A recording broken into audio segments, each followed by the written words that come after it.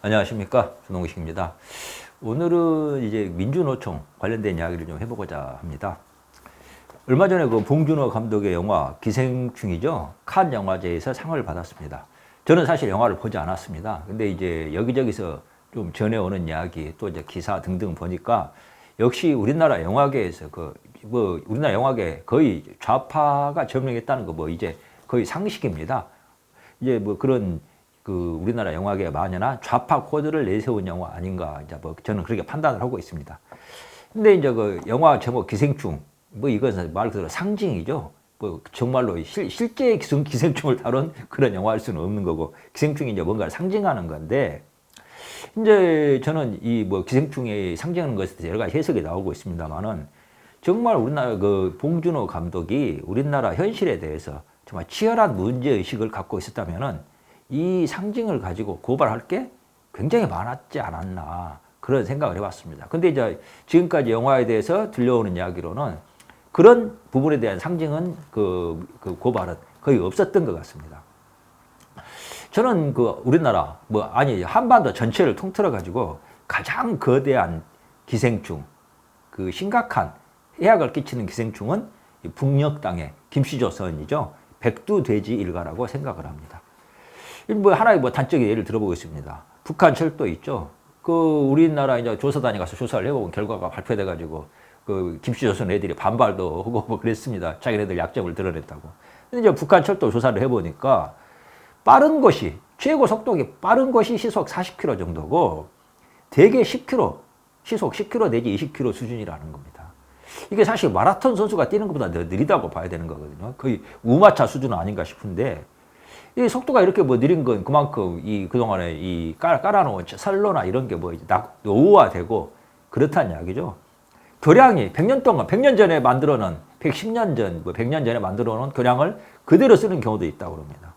한마디로 말해서 철도를 처음 놓을 당시에 깔았던 선로, 교량, 그걸 그대로 쓰고 있다는 이야기죠.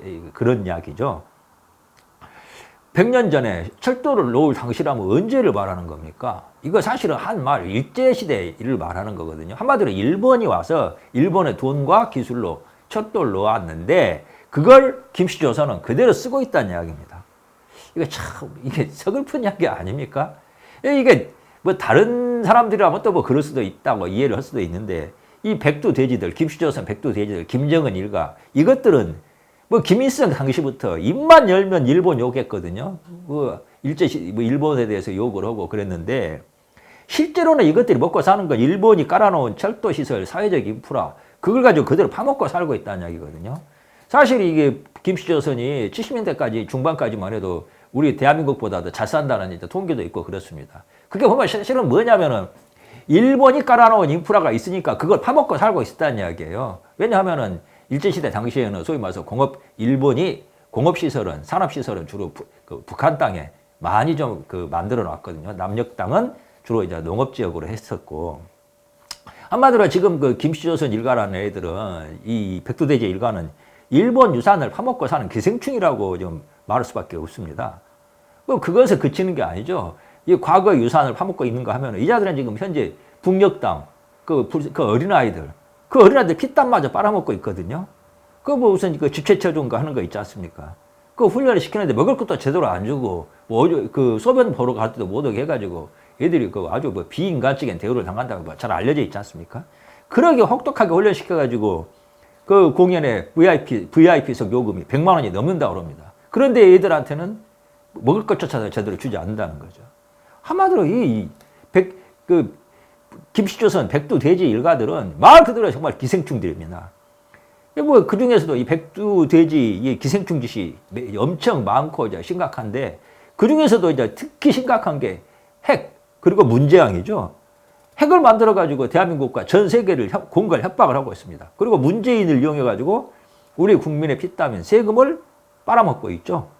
이제 얼마 전에 보도 보니까 통일부 김현철이가 원래 거의 종북 수준인 친구인데, 이 친구가 이제 본격적으로 금강산 관광 추진한다고 합니다. 이게 결국 대한민국 세금을 빼가지고 북에다 퍼붓겠다는 이야기거든요. 이제 붉은 기압인지, 푸른 기아집인지 붉은 기아집인지 하는 곳에 이제 또아리 틀고 있는 문재학. 사실은 이제 문재양은 이제 뭐 대한민국의 대표적인 기생충이라고 해야 됩니다.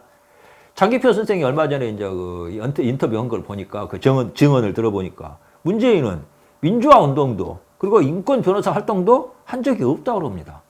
장기표 선생이 직접 가서 같이 민주화 운동 하자 그랬더니 아주 딱 잘라서 아주 굉장히 강경하게 거절을 했다고 그러지 않습니까?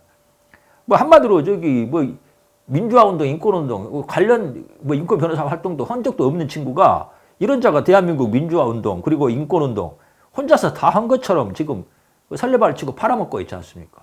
정말 이거 좀 뻔뻔하고 파렴치한 이게 기생충 짓 아닙니까 이거? 문재인은 사실 이 노무현의 친구라는 거 외에는 민주하고 정치고 뭐고 지 힘으로 한 게 단 하나도 없는 자예요. 이 뭐 할 줄 아는 게 사실 뭐 우리 대놓고 깨놓고 이야기합시다. 관장서 하는 거 시장서 하는 거 아닙니까? 송장 파먹는 구대기라고 봐야죠. 이건 사실은 문재인뿐만 아니라 문재인 둘러싸고 있는 그 작자들 모두가 마찬가지라고 봐야 되거든요. 문재인 또 얼마 전에는 이거 뭐 워낙 경제 상황이 심각해서 그런지 한국 경제가 어마어마한 기적이라는 식으로 또 자랑을 했습니다. 예? 근데 이 문재인이 내세우는 이 경제 개발 업적은 모두 그 과거의 정권들이 우리 국민들과 함께 피땀 흘려서 이룩한 성과거든요. 근데 지금 문재인이 하는 짓은 뭡니까? 소득주도 성장. 과거에 우리나라 이 역대 정권과 국민들이 쌓아온 올린 것을 전부 파먹고 완전히 망가뜨리고 있는 짓을 하고 있잖아요. 이런 짓을 하면서 경제개발 성과를 자랑한다는 거 마치 제 것이 지가 한 것처럼 한다는 게 정말 이거 추잡하고 더러운 기생충 아닙니까? 이제 이렇게 김씨조선이죠. 그리고 문재인은 주로 이제 우리 뭐 그래도 기생충인데 과거의 유산에 기생하는 그런 이제 그 무리들입니다. 그런데 이 과거나 현재보다도 미래에 어떤 것에 그 기생하는 무리가 있습니다. 바로 이제 민노총, 민주노총이라고 하는 무리들이죠. 이 민노총 기생충들은 대한민국의 미래, 그리고 우리 아들, 딸들의 미래에 기생을 해서 빨아먹고 있습니다. 우리의 희망을 말려 죽이고 있습니다. 이 민노총, 그리고 한국의 노조들은 엄청난 특권 계급입니다. 우리나라 노조 선임자 그 급여를 우리나라는 회사가 주고 있거든요. 뭐 이제 안 주는 데도 있지만 대부분 좀 그 나름대로 힘 좀 있는 기업이라면은 대개 이제 그 노조 힘에 밀려가지고 그 공갈 협박에 밀려가지고 노조 전임자 급여를 회사가 주고 있습니다. 근데 이거 사실은 제가 알고 있기로 전 세계적으로 거의 없습니다. 이런 사례가. 사실 대부분의 나라에서 선진국에서 이건 부당 노동 행위입니다. 부당 노동 행위. 그래서 법적으로 처벌을 받아요. 왜냐? 이거 노조하고 회사는 서로 간에 이게 대립되는 이해관계를 가진데 이게 대립되는 이해관계를 가진 회사로부터 경영주로부터 월급을 받는다는 거 이건 엄격하게 말하면 그냥 그 어용 노조라는 이야기거든요. 이런 파렴치한 짓을 하고 있는 거예요. 이게 사실은 그런데 우리나라에서 합법화되고 있다는 거죠. 노조 사무실을 회사 내부에 두는 거 이건 우리나라에서 너무 당연시되고 있는데 전 세계적으로 이런 사례가 없습니다. 노조 사무실을 회사 안에 두는 거 이거 자체가 굉장히 이거 말도 안 되는 그 몰상식한 짓이에요. 뿐만이 아닙니다. 파업 때 노조가 사업장 점거해도 괜찮고 이거 뭐 원래는 이게 말이 안 되는 거거든요. 노조가 파업한다는 것은 자기네들 그 생산 활동에서 손을 떼겠다는 겁니다. 그러니까 사업장에서 떠나야 돼요. 근데 우리나라에서는 파업했다 하면은 이 사업장을 점거합니다. 그리고 회사가 생산 시설을 활용할 수 없게 만듭니다. 그 대체 노동력 투입도 금지됩니다. 아니 지기들이 일을 하기 싫으면은 거기서 물러나고 회사가 다른 사람을 쓰든지 말든지 상관해서는 안 되는 거예요. 근데 우리나라에서는 대체 노동력 투입도 금지합니다. 이런 게 한마디로 말해서 우리나라는 노조가 어마어마한 특권 계급이라는 이야기거든요. 이게 말도 안 되는 짓을 하면서 이 민노총은 한국 경제의 골수를 파먹는 기생충이라고 짓을 하고 있는 겁니다. 이게 사실 세상이 지금 굉장히 빨리 변하고 있습니다. 어마어마한 속도로 변하고 있어요. 그런 통계 아실지 모르겠습니다. 미국의 뉴욕 타임즈나 이런 주말판 나오는 거기에 담긴 정보는 19세기에 영국 지식인들이 평생 동안 읽은 이 정보의 양보다 많다고 합니다. 지금 현재 전 세계에서 1년 동안 생산되는 정보의 양이 과거에 1세기 전에 1세기 동안 만들어지는 정보의 양보다 많다고 뭐 그런 얘기도 있죠. 그만큼 세상이 급변하고 정보가 많이 생산되고 그러고 있다는 이야기거든요. 이거 어떤 현상이 생기냐면은 있던 일자리가 없어집니다. 왜냐? 새로운 일자리가 비즈니스가 만들어지니까. 그러니까 과거에는 상상도 못하던 비즈니스와 일자리가 만들어지는 거거든요. 여기에 적응을 하려면 어떻게 해야 되는가? 반드시 고용 유연성이 필요합니다. 그러니까 있던 일자리, 과거의 일자리는 빨리 사라지게 만들고 새로 만들어지는 비즈니스와 일자리를 키워야 됩니다. 근데 우리나라는 이것을 아주 극력 가로막고 있죠. 뭐 무슨 택시 기사들 권익 보호한다느니, 뭐 저번에 우버 못하게 하고 타다를 어찌 난리가 나고 있지 않습니까? 이런 변화를 가장 증오하고 가로막고 있는 게 사실은 노조 세력이고 민노총이거든요. 그래서 사실 노조는, 우리나라에서 노조 세력은 이 사회의 진보와 발전을 가로막는 암적인 존재들입니다. 이런 게 기생충이 아니면 뭐겠습니까? 사실 좀 우리 원론적으로 이야기를 좀 따져볼 필요가 있습니다. 노조는 이거 불평등 계약입니다. 엄격하게 말해서. 사실 노동자들은, 이 소위 말해서 근로자들은 일을 하다가 회사가 마음에 안 들고 또는 더 좋은 일자리가 나서면 언제든지 때려치고 자기 직장 때려치고 옮겨갈 수 있잖아요. 그런데 회사는 그럴 수 있습니까? 못합니다. 일하다 보면, 뭐 회사에서 일하다 보면은 정말 일을 못하는 친구도 있고, 뭐 일을 못할 뿐만이 아니라 여러 가지 태도나 또는 도덕성에 문제가 있는 사람도 있거든요. 그런 사람들 못 쫓아냅니다. 쉽게 우리나라에서는. 법적으로 그걸 막고 있어요. 그러니까 한마디로 이거 말이 안 되는 거 불평등 계약인 거죠. 노동자는 언제든지 계약을 파기할 수 있는데 회사는 계약을 파기할 수 없다는 거. 이건 바로 불평등 계약을 말하는 거거든요. 전형적인 불평등 계약입니다. 또 노조는 사실 이중 계약입니다. 원래 노동 계약이라는 것은 사용자와 근로자가 1대1로 합의해가지고 근로 조건 그리고 급여 등등에 그 다음에 이 노동자가 제공하는 노동의 조건 등등에 합의를 하면은 계약이 이루어지는 거예요. 그런데 여기에 노조는 개입을 합니다. 그러면서 집단의 힘으로 자기네들 어떤 걸 강요를 해요. 이게 이중 계약이 아니고 뭡니까? 왜 1대1 4인 간의 계약에 노조라는 집단이 개입해가지고 감나라 대추내라 이 난리를 치는 겁니까? 이거 말이 저는 안 된다고 보거든요. 우리나라에서는 지금 세계적으로 보면은 이제 과거에 초창기 자본주의 초창기에 산업혁명 초창기에 여러 가지 좀 산업 현장에서 문제가 많다 보니까 이게 노조의 존재가 당연시 되는 그런 부분이 있는데 이건 좀 사실 근본적으로 재검토할 필요가 있다고 봅니다. 우리나라 최저임금이 지금 사실상 1만 원을 돌파했습니다. 이게 사실은 대기업, 정교조, 공무원들만 좋아졌죠. 그러면서 영세사업장 노동자들 일자리는 없어지고 이 자영업자들은 망해갑니다. 이 최저임금 1만 원 돌파했다는 게 사실 일본보다도 좀 높은 수준이에요. 그러니까 경제라는 게 감당을 할 수가 없습니다. 외국인 노동자들은 우리나라 사실 사업자들이 다 부자입니까? 그렇지 않잖아요.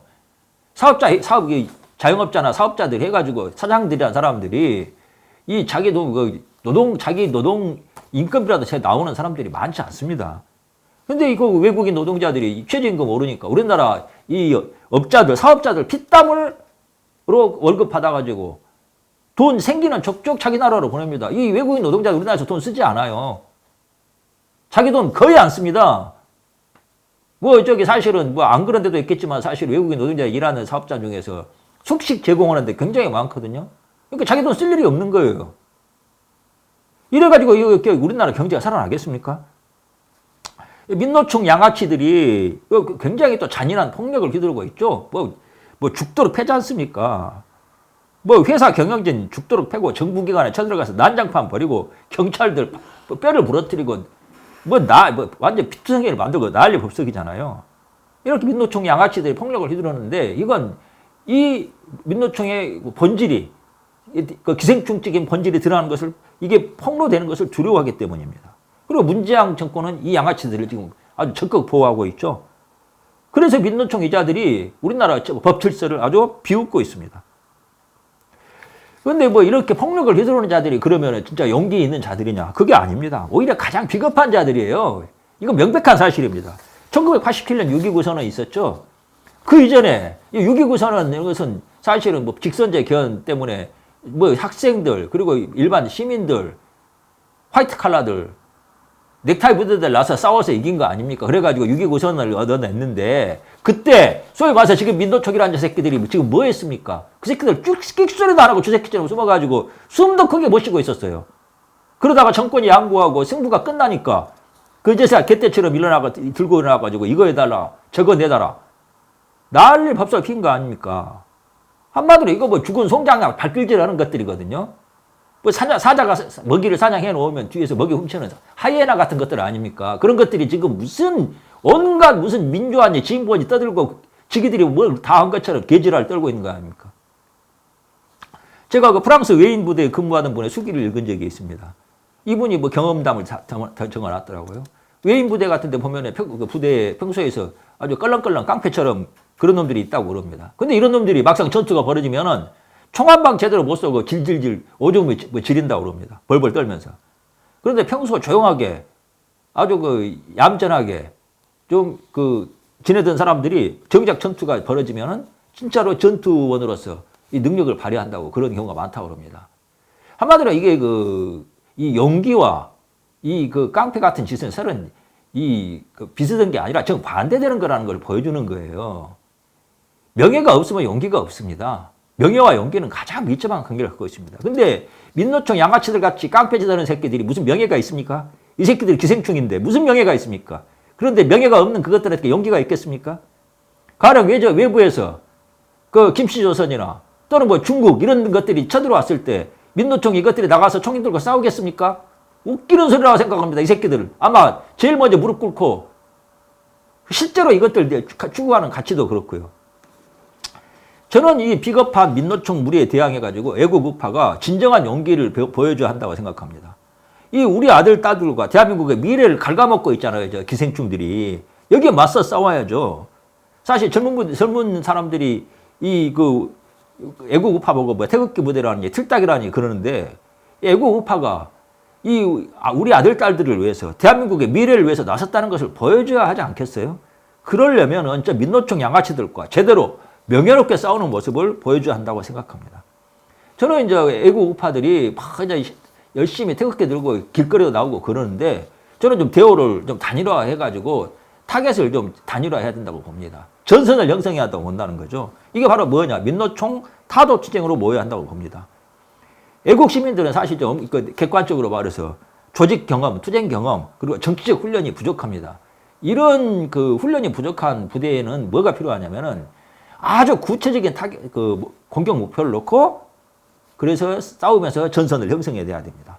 이거 뭐 주말마다 광화문에 모여가지고 청와대 가시는 거 좋은데 갔다가 사실은 청와대하고 전선 형성이 안 되지 않습니까? 근데 일부에서는 그 태극기 부대가 청와대 왔다 갔다 해주시니까 정말 청와대는 좋아한다는 이야기도 있습니다. 그러고 뭐 끝나면은 약주 한잔 하시고 울분 토하는 게 뭐 그게 지금 집회하는 목표입니까? 저는 그래서는 안 된다고 봅니다. 그래서는 전선이 만들어지지 않습니다. 애국 시민들의 대우를 민노총 타도로 결집시키고 거기에 다른 애국 시민들도 끌어들여야 한다고 봅니다. 사실 광화문에서 멀지 않은 곳에 경향신문 사옥이 거기에 민노총 본부가 있습니다. 앞으로 애국 시민들 행진이 청와대가 아니라 그 민노총 본부로 가야 된다고 생각을 합니다. 그래서 가서 이야기를 해야 돼요. 이 싸가지 없는 새끼들아. 우리도 한번 입혀봐라 이 새끼들아. 이렇게 한번 외쳐야 한다고 봅니다. 그리고 민노총 집회 이 새끼들 하죠. 거기 우리 쫓아가야 합니다. 가서 이 대한민국 갉아먹는 기생충 민노총 해체하라. 이렇게 외쳐야 한다고 봅니다. 여러 가지로 지금 우리 상황이 굉장히 심각합니다. 민노총 이것들은 대한민국을 애초에 갉아먹는 목표 자체가 존재 목표가 설립 목표 그리고 내세우는 가치가 대한민국 때려 엎자는 겁니다. 이것들 놔둬야 되겠습니까? 저는 맞서 싸워야 한다고 봅니다. 들어주세요. 감사합니다.